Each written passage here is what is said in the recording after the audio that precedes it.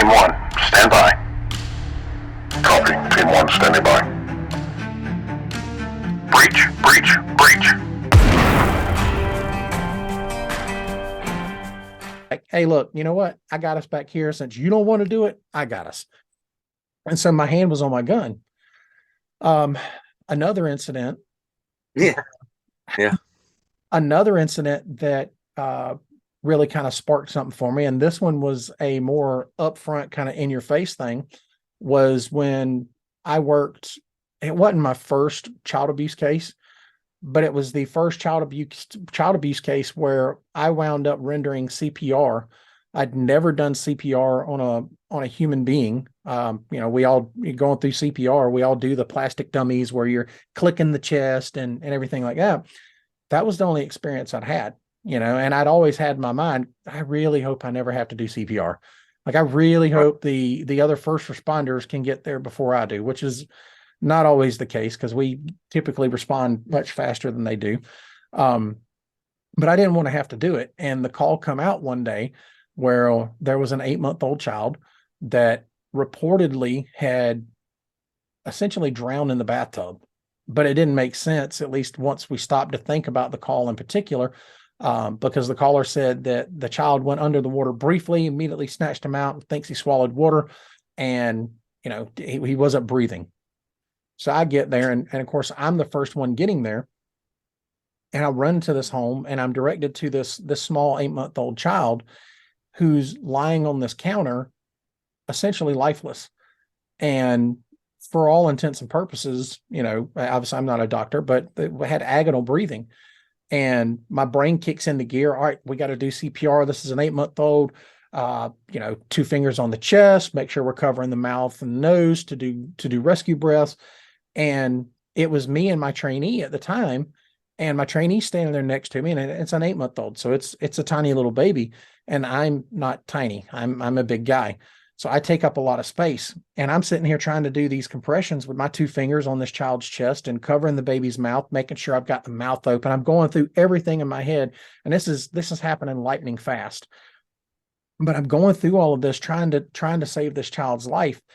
And a first responder comes in and happened to have a body camera. And I didn't remember doing it until after the court case. And this particular first responder told me that they played his body cam footage during the trial. And in that trial, when they watched that, they said that you could see me, frantically giving compressions and rescue breaths to this child.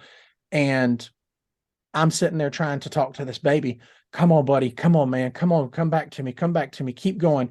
And occasionally I would get that real deep breath, which would give me the hope. And then, of course, no breathing again. So I'm struggling trying to keep this kid alive.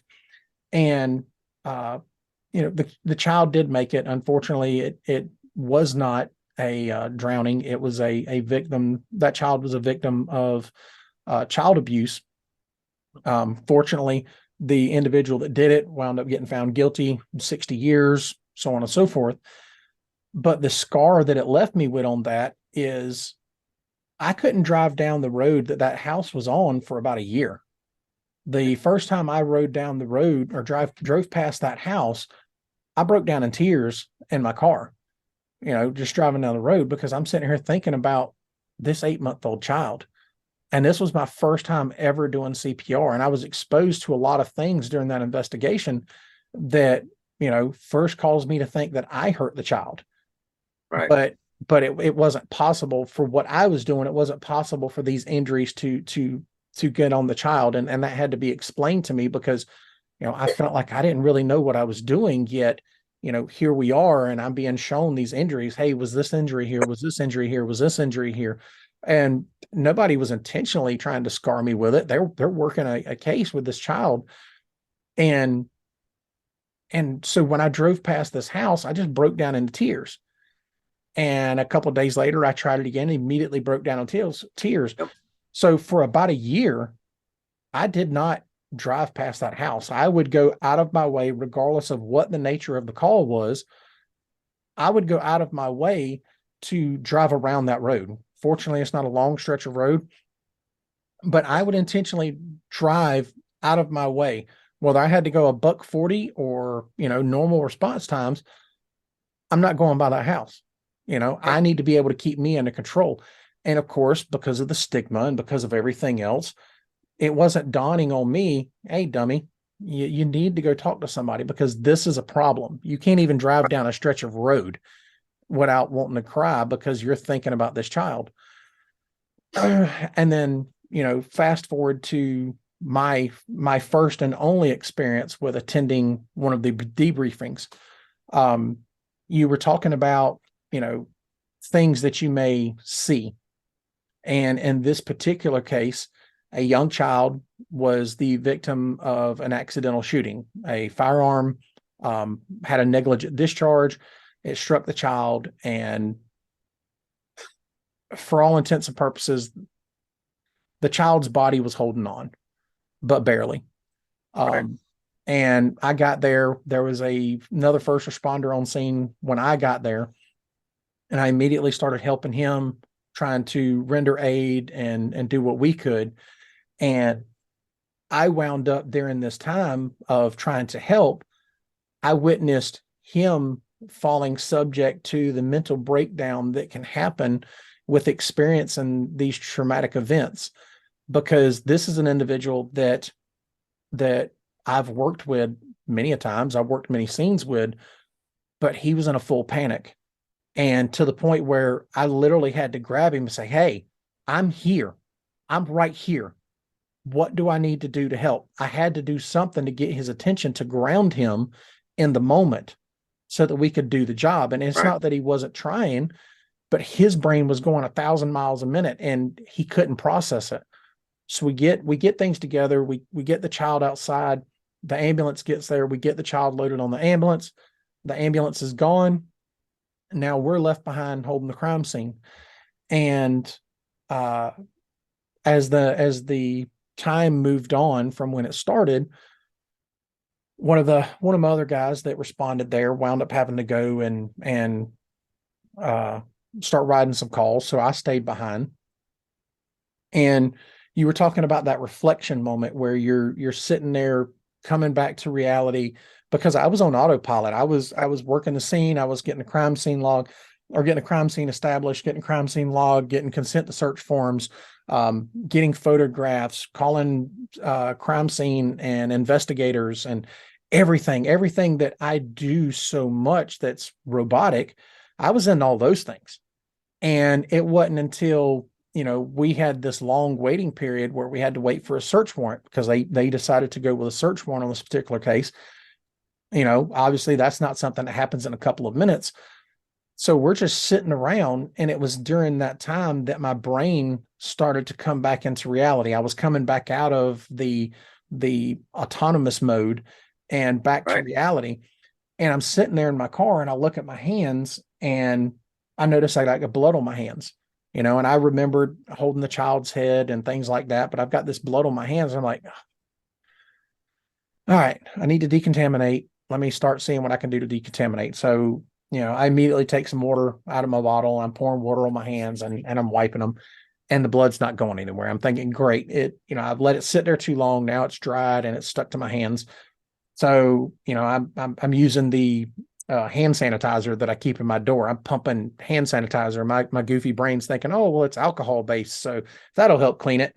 So I'm rubbing, I don't know how many pumps of hand sanitizer. It was way cheaper then.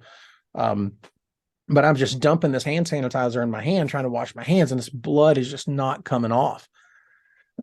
So I wind up going to some of the other investigators that are on the scene. Hey, you wouldn't happen to have any soap in there, would you? And nobody had any soap. So I'm like, this is great. Well, I knew I had some more water in the back of the vehicle, back of the patrol car. So I didn't want to use all of my drinking water I had up front. So I go back there, and I'm pouring these bottles of water on my hand, and I'm just rubbing them.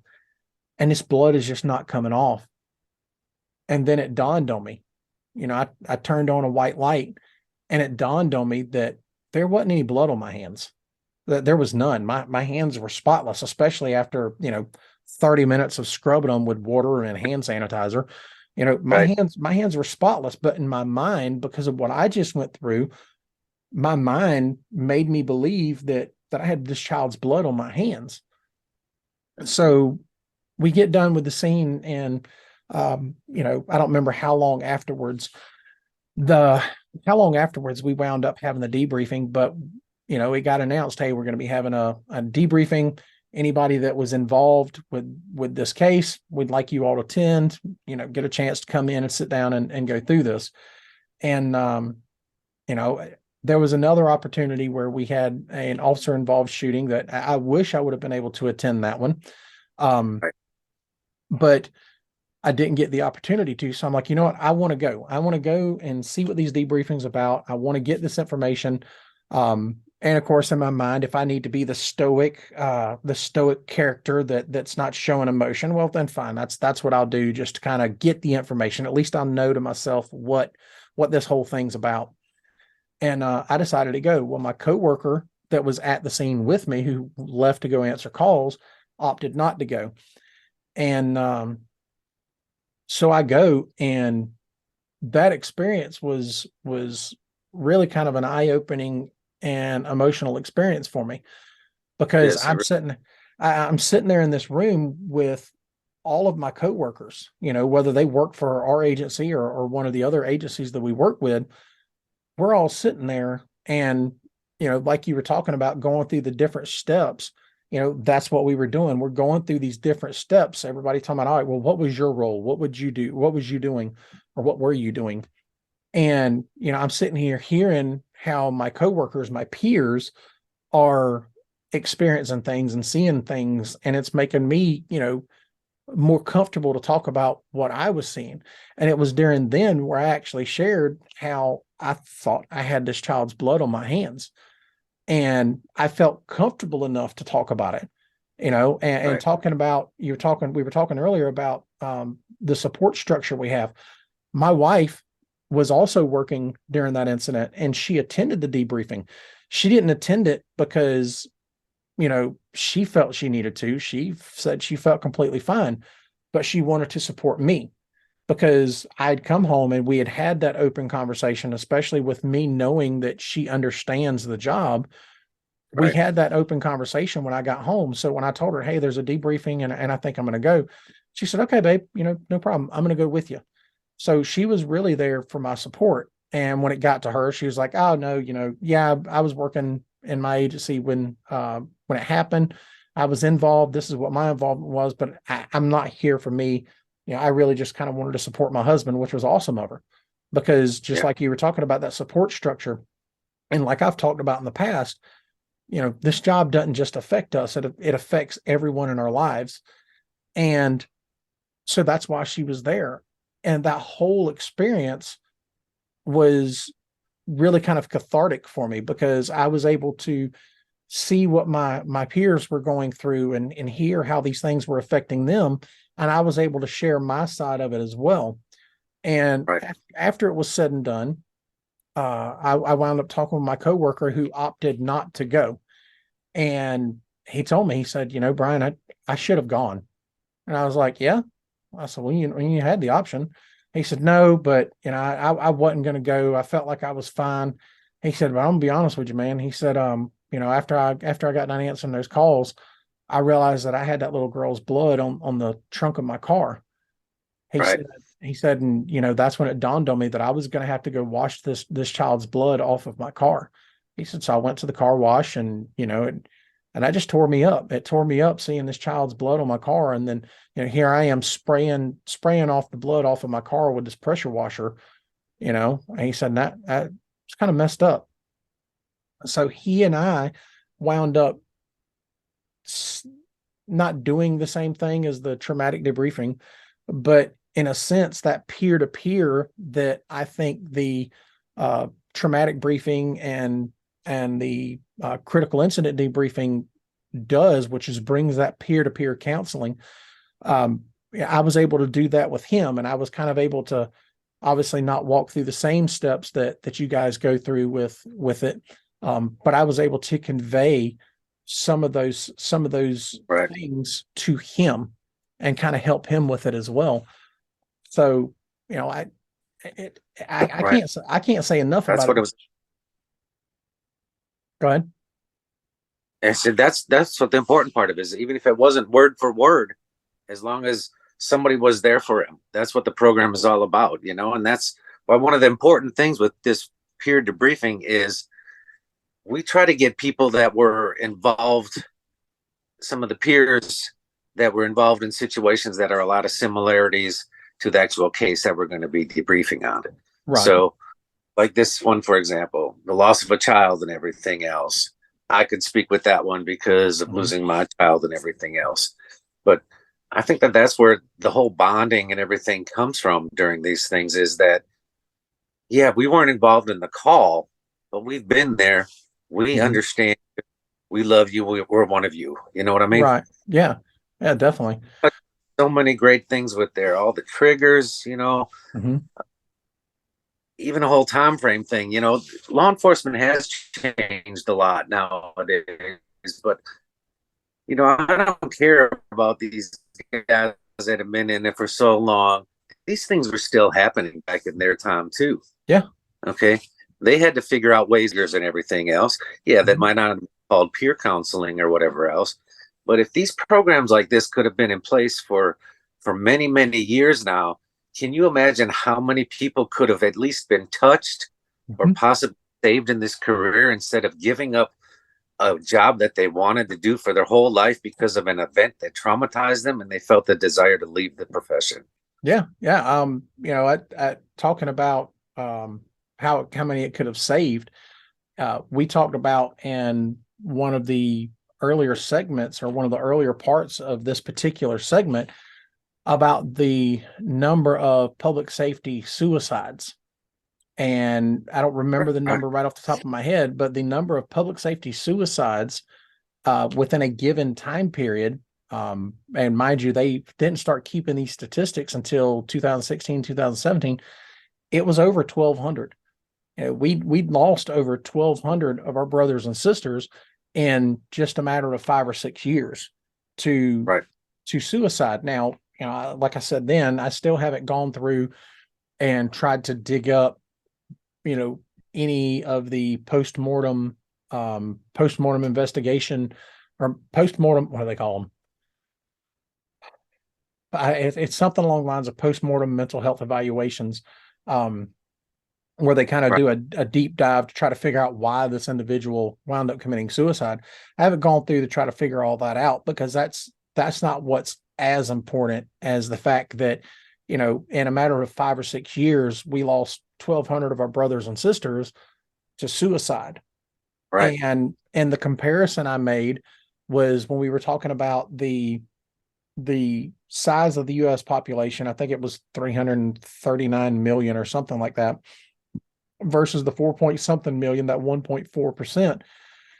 You know, the suicide rate, I believe, was 13.8, and the rate in that time frame from when they started keeping the statistics on this, the suicide rate for those in public safety, the rate alone was higher. And the comparison that I used in that, or the what I helped use to that is, you know, basically a skyscraper, you know, looking over a small village. And in that small village with vastly fewer people, the rate of suicide is higher. And that in and of itself, while the number itself might not be as big as the rest of the 339 million, the rate of loss in that 1.4% is drastically higher than the rest. And that impacts that 1.4% even more. And if we look, you know, even broader, say to look at the forest past the trees, when that 1.4% is affected by suicide, by behavioral health conditions such as turning to alcohol or substance abuse, domestic violence, depression, all of these different behavioral health conditions that we develop through poor mental health because of the job, or assisted because of the job, the impact that has on the rest of the general population is pervasive, just for the simple fact of we're the ones that are calling. We're the ones that they're expecting to show up and help them often enough in the worst time of their life. And if that rate, even though it started to come back down, if we don't shrink that rate, our population's not getting any smaller. The Right. most recent census, even locally, I think we had jumped 20,000 points in the population just in our general location over that 10-year span for the census. So if our rates don't start dropping more, and we know that there's a retention problem or a recruiting problem in public safety, it's hard to get people to want to do this job for various reasons. Yep. If we're having such a hard time and our population, that 1.4% population can't grow, but the general population is growing and we're keeping that same rate, whether it's to suicide or some other behavioral health condition, if we're keeping that same rate, we're not keeping up. We're already behind times in keeping up with that population as it is. We're outnumbered. Our call volumes are doubling and tripling, and we've got to break this stigma. We've got to get past it. And critical incident debriefing or traumatic debriefing, to me, is one of those tools. It's one of those tools that, because it's a peer-to-peer thing, you believe that you are talking with people that understand. They understand the job because they do it, whether it's dispatch, fire, EMS, corrections, law enforcement. You're working with people that understand the job. So that makes it more comfortable. And then you're talking about a shared experience, which also makes it more comfortable. And what I think we wind up getting out of that particular thing, or that particular debriefing, regardless of how many you go to, is the ability to go out and, we talked about religion earlier or faith earlier. And when I was going to church on a more regular basis, we would go out and it was witnessing. We would go out and witness to people about our faith. Well, we're doing the same thing. We're doing the same thing amongst our peers when we're going through these things. We're going out and being a witness to our peers. We're sharing our experience with them. So we're trying to bridge that gap with this stigma and trying to show the importance of mental health, Right. in particular in its involvement in public safety. And Yep. to me, I really think it's important. And I can't say thank you enough to individuals like you that have made it your responsibility to get the education and get the training and take the time to go ahead and, be a part of, to host and to manage and to do these things. And, I've said it to my family. This is something that over the past few years, I've really kind of had a hard time gripping with, but I'm coming to grips with it, is how much doing this job has taken from me. And it's really kind of hard to say that. And it sounds a little selfish when you say it. But when you work in public safety, it takes so much of you. It takes your individuality. It takes the person you were before you started doing the job, and it changes that person. It takes time away from your family. It takes time away from your hobbies. It takes time away from, we were talking about managing energy or your sleep. It takes time away from your sleep. And you and I both know, both through our training and experience, how important proper rest is to be able to do this job, to be able to cope and manage the mental health aspects that we go through in dealing with this profession. Right. So this job takes so much from us. And with you and individuals like you who are going out and doing these critical incident debriefings and these traumatic debriefings, that's even more that the profession is taking from you, because it does take time away from your family. It does take time away from everything else, but it's you sacrificing that in order to try to give something back to the profession. And again, I can't say thank you enough for taking on that role and taking on that responsibility and making it something that allows you to use your personal experience to be something to build on. You and I have talked about it before, and what started me kind of in my journey with doing the podcast and everything, which was me dealing with the death of my mother. For about 3 months there, I thought I suffered with depression from it. And I wound up, once I got into this job, because I lost her in 2004, I started in 06. Once I started in this profession, I started to use my mother's death as something to help me try to help others. Right.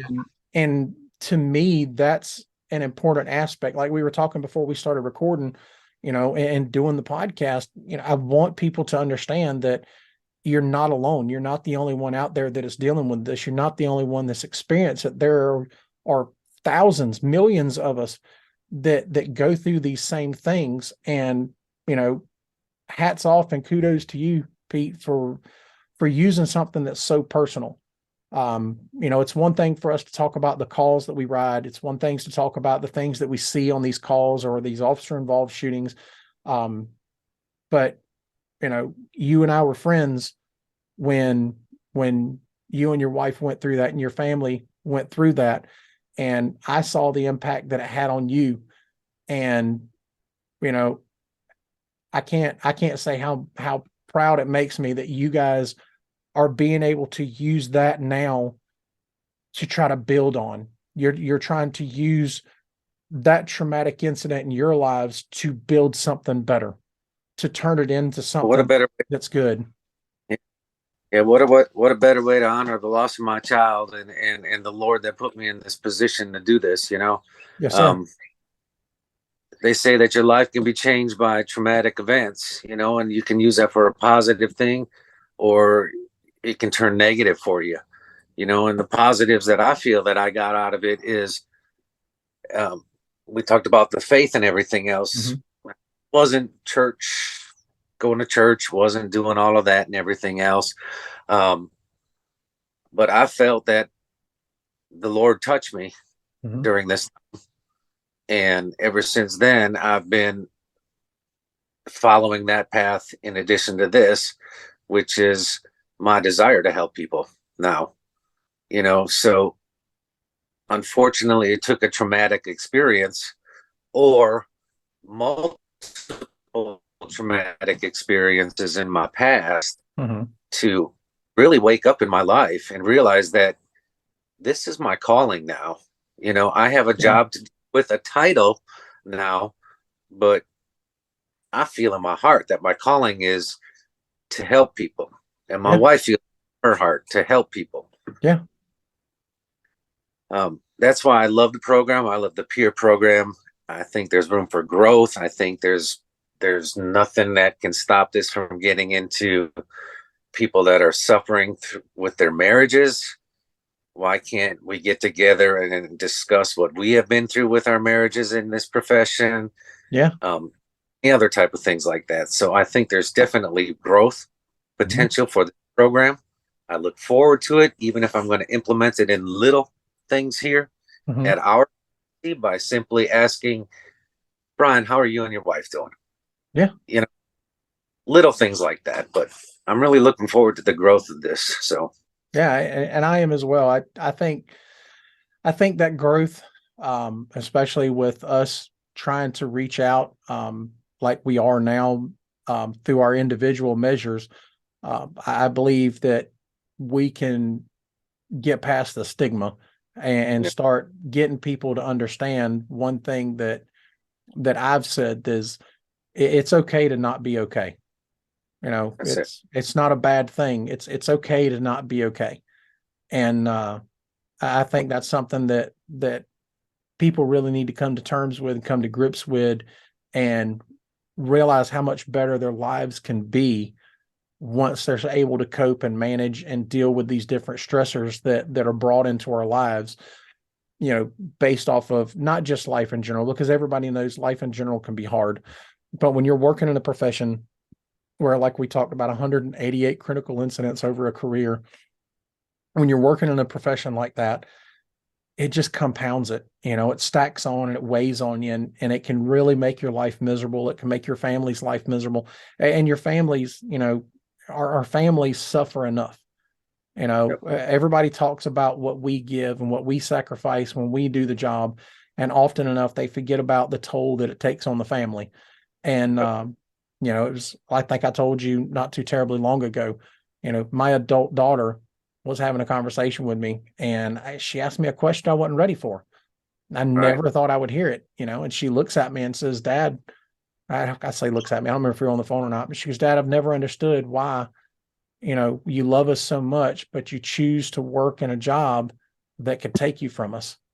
And I wasn't ready to hear that. As long as I've been doing this job, and my child, this child's an adult now. She got a family of her own, and I wasn't ready to hear that. I didn't really. I'm usually pretty quick on an answer, and I had to take a couple of seconds to think on that one. And like I said, it's all too often that we forget about the impact that these things takes on our family, and then when we don't monitor and maintain our mental health, it compounds the impact that it has on our family. Yeah. This profession has torn families apart. Um, Yeah. it's done a lot of things, and just like you were speaking earlier, you and your wife went through a hard time. You went through years there where things were difficult for y'all until you were both able to realize that you were trying to make this journey alone when you needed to make it together. And we get lost in those kind of things. So I look forward to it as well. I'm happy with the progress that's been made. I'm happy to see that these upward trends and the statistics are starting to make that curve, or have already made that curve, to start coming back down. And I'd like us to continue that, but the only way it continues is if we all try, if we all come together. Like I said in the previous show, I want this to be a community. I want this to be a place that we can all come together and work to build something better for ourselves, build this profession to be something better so that we can provide better services for those that we serve. So, Absolutely. Absolutely. well, brother, I've kept you quite a while, and I could probably go on for hours talking about things and sharing stories and everything like that. I could too.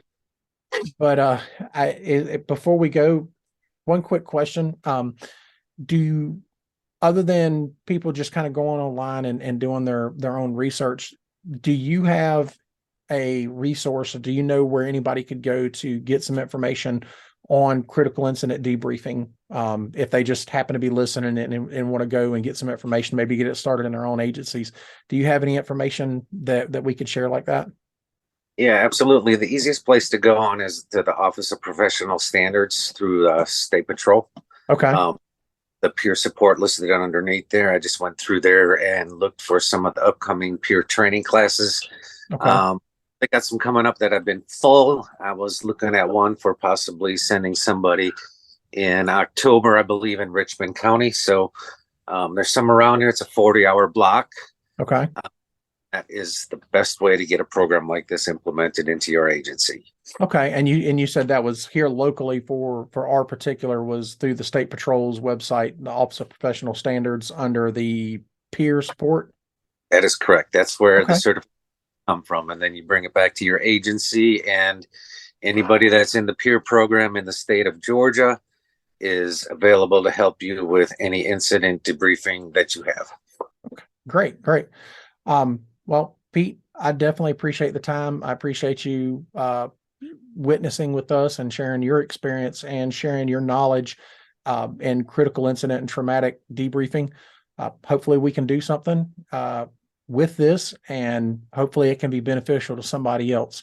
So thank you for your time, and thank you for being willing to come on here and take part in the little community that we got.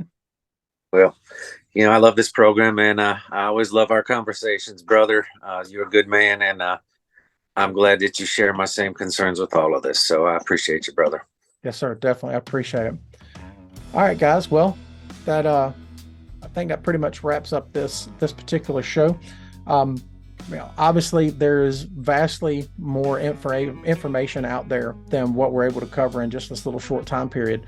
And like we always say, this is something to kind of wet your taste buds on. It's kind of try to get the conversation started, get you guys thinking. Obviously, if any of you have any questions about this, you can reach out to me, reach out to the show. If you have his information, you can reach out to Pete. If not, hit me up and I can get you his information if you want to reach out to him and get his information. But reach out and let's do this. Let's get this community built and let's start making a difference for those of us that try to go out and make a difference for somebody else. Okay.